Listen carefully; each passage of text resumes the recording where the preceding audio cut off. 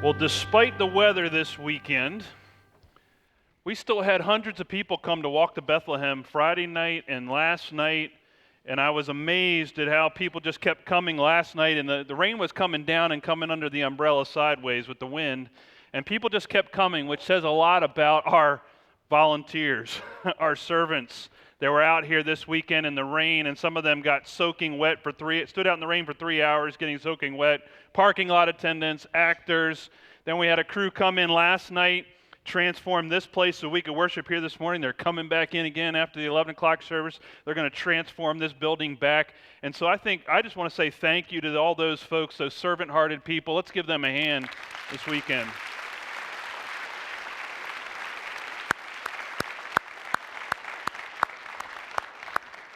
Tough weekend to be out there, but it's definitely been worth it because of the folks that we are getting messages back that people just appreciate so much, even despite the rain. People came out in the rain and they just loved it, even in the midst of the rain. So there's something about what God is doing that's important through us.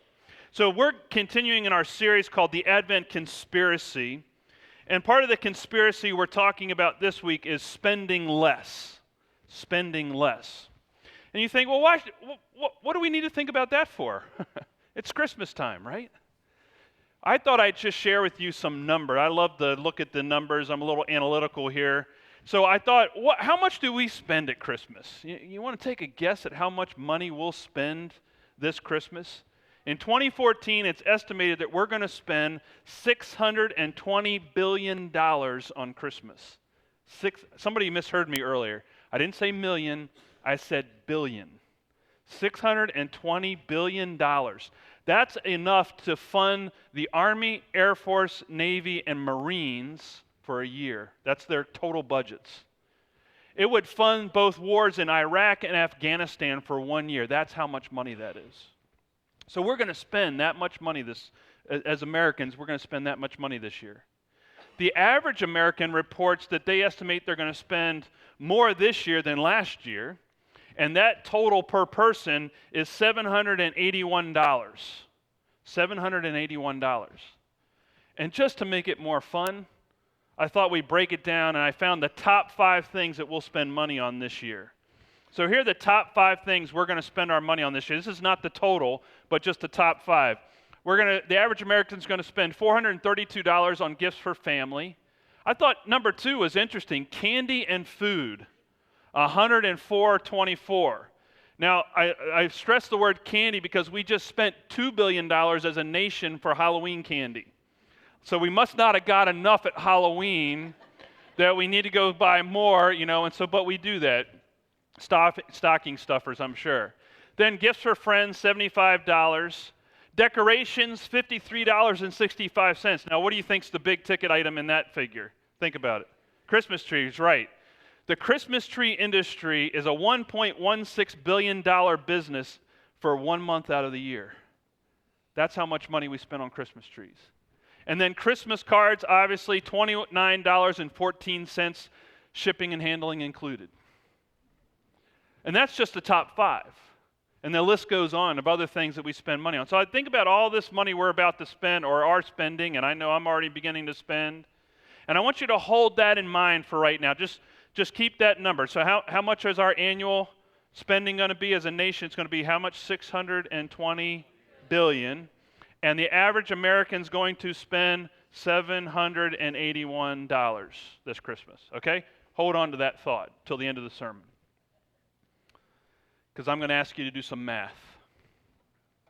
Yeah, I know. It's like math on a Sunday morning. I've been walked to Bethlehem all night. Now you're asking me to do math. All right. But I want you to think about this. I want you to go back. We heard that, the reason we read that gospel lesson again this morning, that's all familiar to us. How much did the first Christmas cost? How much did it cost? Financially. It cost in other ways, but financially, it didn't cost a thing. No money was spent to lay baby Jesus in the manger. There was no hospital bills, no overcharging for aspirin for the mother. There was none of that. I could go with that. I could. The jokes are just coming right now, and I'm going to stop right there. But think about that. Think about how there was no expense, and yet we make Christmas about expense. And so to spend less is to say to ourselves, let's look at what we're doing and say, are we living and celebrating the first Christmas in our expenditures and how we spend our money?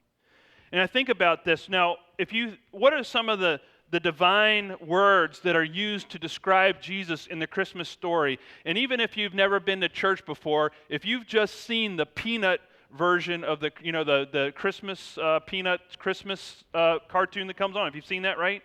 You even know some of the words that are used to describe Jesus because they mention it in that cartoon.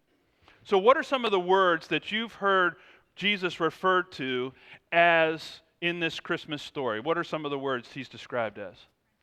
Prince of Peace. What else? Messiah. What else? Savior. That's the Peanuts. That's what they say in the Peanuts cartoon, right? Savior. Wonderful Counselor. Emmanuel. Almighty God. What did I hear over here? Okay. So think about all those titles. That the place that God, the Son of God, chose to enter into our humanity, think about that, was in a manger.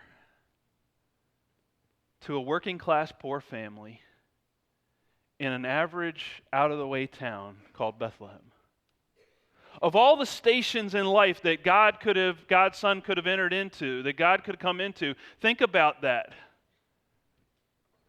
I think about that because that's exactly what Philippians was describing to us. Philippians chapter 2 said this, though he was God, he did not think of equality with God as something to cling to, meaning hold on to. Instead, he gave up his divine privileges. He took the humble position of a slave and was born as a human being. And so for me, the manger, which is a feed trough, that's what it is, it would have been cut out of stone possibly in the cave where Jesus was born, and the food for the animals would be put in that trough. But because they didn't have anything else, they cleared probably the food out of the trough, and they laid Jesus in the feed trough. That was his first crib. And has for me become a great symbol of what what Philippians is talking about, and what we would call downward mobility. He gave up. He emptied himself. And he became born as a human being. Not only any human being, could have been born as a king, could have been born as the president of the United States, but wasn't born either of those places, was born and laid in a feed trough. Think about that. Think about the port of entry for God's Son. What a great example of downward mobility. And Jesus came into a place came in the spirit of downward mobility in a world where we're consumed, I think, with upward mobility. I mean, that's really what drives us, isn't it? I mean, think about the first place you ever lived on your own. Where was the first place you ever lived on your own? What was that place like? Now, just grab it in your mind for a second. Now, where do you live now? Do you compare the two? Did you move up or did you move down? Think about the job you have right now. Think about that first entry-level job that you once had, just out of college or out of school. And think about the job you have now. Did you move up or did you move down? We call it what? Climbing the career ladder, right? It's about moving up. Our world is about upward mobility. Our spending is about upward mobility. And there's something going on inside of us that makes us want to keep moving up. And I think about that. What is it that's driving us to move upward where Jesus is moving downward? What's driving us to keep doing that? And there's a variety of reasons, isn't there? I mean, I think about my house, it's about more space, it's about more comfort.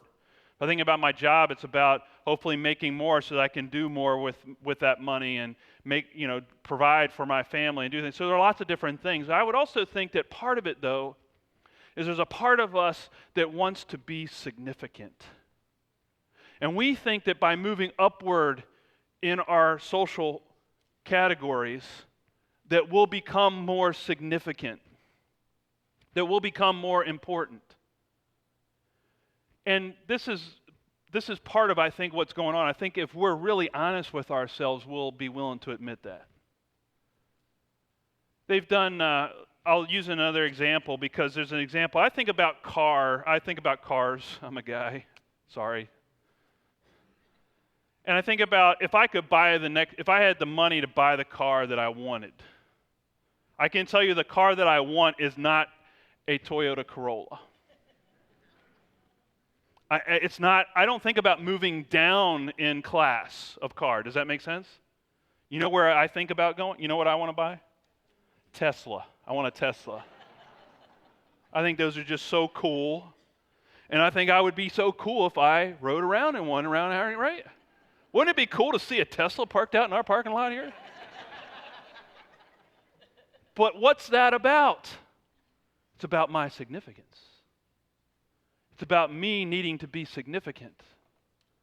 They've actually done studies on this, on the cars that we choose to drive. One of the things they've discovered, and no offense to luxury car owners in the house, and I know we have many of them, luxury car owners are more likely to be aggressive drivers, are more likely to use their horn more often and more quickly, meaning less patient in traffic. Now, what's that about? What is it about when I get behind the wheel of a luxury car, I look at the world differently around me and the other drivers around me differently than when I'm driving the Toyota Corolla? And study after study reveals this. In fact, a person of lower income status is willing to wait 5 to 6 seconds before tooting their horn at somebody. A person of higher socioeconomic status is only willing to wait 2 seconds. So a lot of beeping doesn't get done by certain parts of our world, but some of us are a little bit quicker on the horn, and they found that people who drive luxury cars are more quick to the horn and do it more often. And there's more studies I could go into on this, but I won't bore you.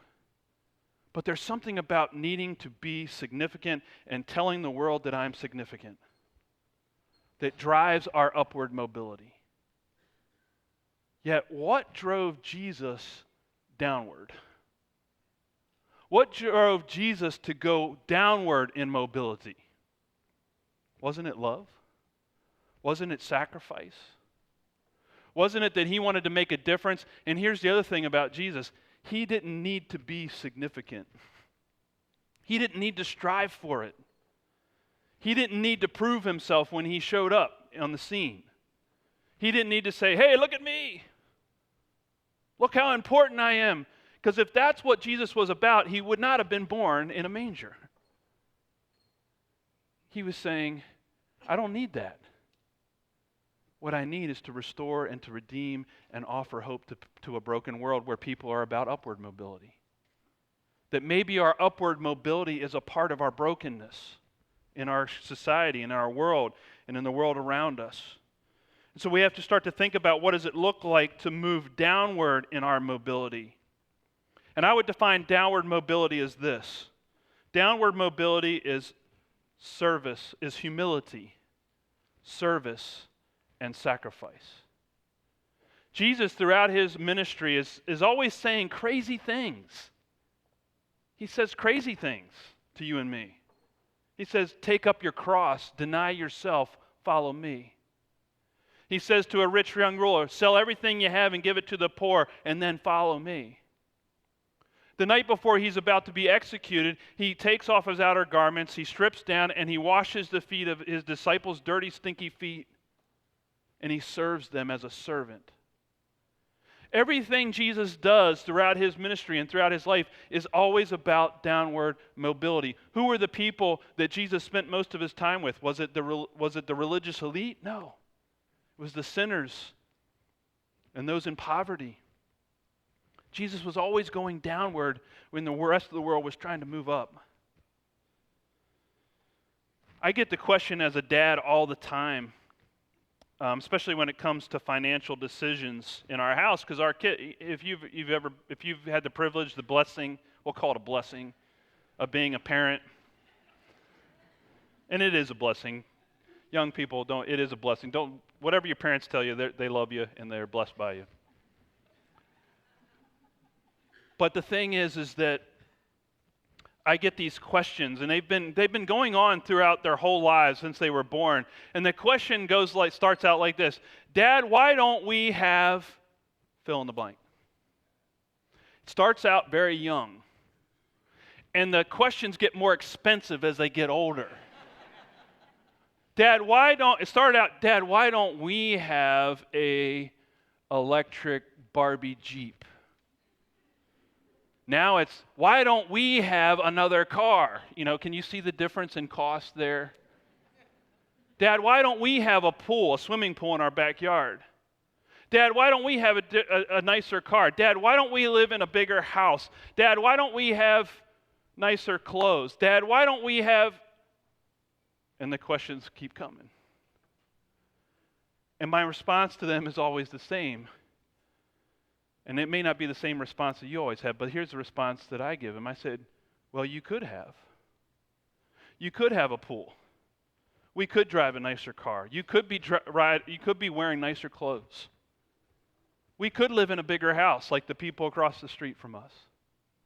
We could do all those things. We could do, not all, but we could do some of those things. But we choose not to. We choose not to keep spending, going into more debt. That's a choice that we have made as a family, to not keep spending and moving up all the time. And what we do with the money that we're not spending moving up, we're giving it away to other people. And all of a sudden my kids get it. And they go, well, if that's the reason, Dad, I get it. I'm okay with that. I'm okay not wearing the nicer clothes because I know it's going to help somebody else. I'm okay us driving around in this car because I know that money's going to help somebody else. And once they started to understand that, it was amazing how they became okay with it. Now, I'm not saying that they still don't want a pool in the backyard. And they don't want nice Christmas presents. They don't want iPhones and all that stuff. And they're going to get some of that stuff. But what I'm saying is, there's something about where we have to stop ourselves from constantly trying to move up and start thinking like Jesus. How do I move down? I'm going to give you an opportunity to do that this Christmas, because that's what we're talking about, this conspiracy to spend less. And I'm going to actually show you very tangibly this morning how to do that. You want to see how to do that? Do you want to see how to do that? All right. I brought my Christmas stocking this morning. I love stocking stuffer. I love the stocking on Christmas morning. That's one of my favorite parts. And we stuff it full of stuff that's needed and as well as wanted. So I brought some of the gifts that I've gotten over the years and that I don't use, I've gotten as gifts, but I don't do anything with them. And the first one I'll pull out is this peace tie. It's kind of groovy looking, it takes me back to the 60s. Some people actually like this tie. I've had people come, I'll take the tie, Matt. You can have it. It's got a dove on it, and it says peace and kind of hippie kind of writing on it. Somebody gave this as a Christmas gift to me one year, and I think I may have worn it once out of politeness. It wasn't anybody at this church, so... and I hope nobody from a previous church is watching this on YouTube. But so there's this tie. So I never wear it. It just hangs in my closet. And it doesn't do anything. So that's one of the gifts. So how much do you think that tie cost? $15. Yeah, I'll go 15 with inflation. All right. The other thing, somebody thought it would be cute to buy me a car, so they bought me a car for Christmas. And it's a Matchbox car. It costs about $2. And they bought it. It's cute. And what did I do with it? I don't do anything with it. I just put it in a drawer. And it's been sitting in a drawer for a couple years now. I got it in my stocking. So that's a couple bucks. Let's see what else I got in here. Oh, yes. Socks. I always get socks in my stocking. And usually, here is a pair of socks I will never, ever, ever wear. I'm a pretty plain guy, but this one has a picture of a gnome on it. And it says, "Take me gnome tonight." You will never see me wearing these socks. I figured out that I think they're going for $5.99 at Target on sale for something less than that. But anyway, so take me gnome tonight. No, not going to happen. All right. So, there's that. And then I've got, every year I get a thing of chapstick, right? Which is a very practical gift, I admit. I want you to notice that this is unopened chapstick. And the reason it's unopened is because I got it in my stocking last year. I still haven't opened it from last year. The reason I haven't opened it and it's still sitting in a drawer is because I still haven't used the 2 chapsticks I got the previous Christmases. But I keep getting chapstick, so I've got this little stockpile going in my dresser drawer of chapstick. Because, again, it's another $2, right? And the last thing I brought is every man's dream. It's the multi-tool. Now, how many guys here have multi-tools or ladies, young women or men got right? You get multi-tools for Christmas. I have multiple multi-tools. And this is a multi-tool that, again, sits in a drawer. I have never used it for anything. $15, $20. So if you're doing math, and I won't make you do math this morning, it's about $40 worth of things in my stocking that I never use and don't need. And that's what I'm saying, is that some of our spending is wasteful. It's not needed. Now, how much are we going to spend this Christmas as Americans again? What's our total national figure?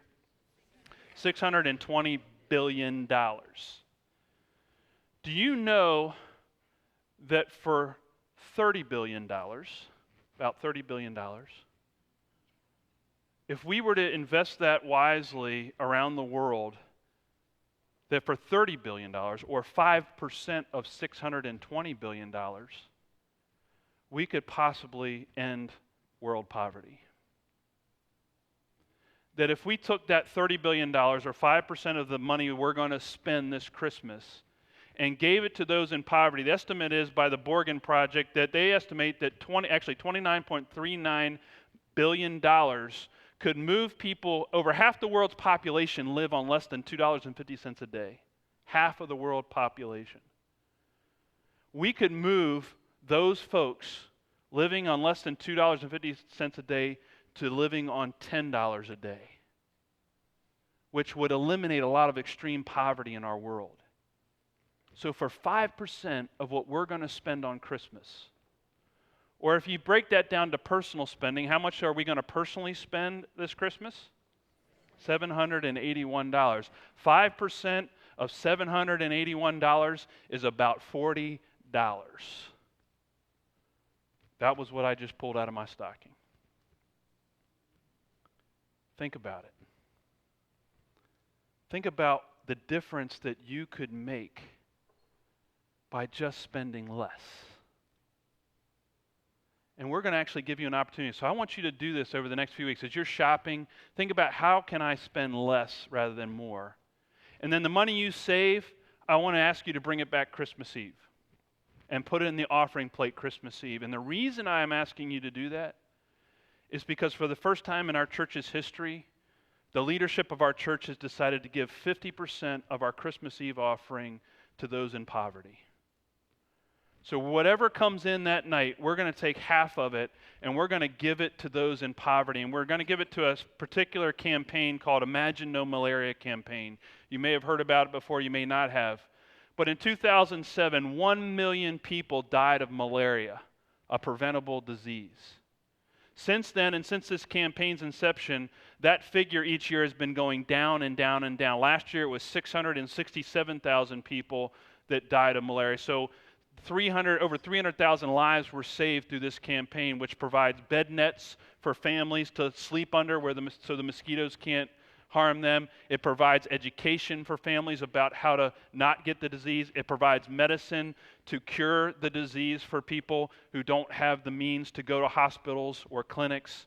So it does all these things for them. And so they're seeing this. Here's the other thing, folks. One person currently is dying every 60 seconds from a preventable disease in Africa. And most of the people that are dying are under the age of 5. So children. I think the math is actually simple. I can buy these socks, or I can help save somebody's life. I can be about upward mobility, or I can be about downward mobility. Which way does Jesus want us to go? Amen.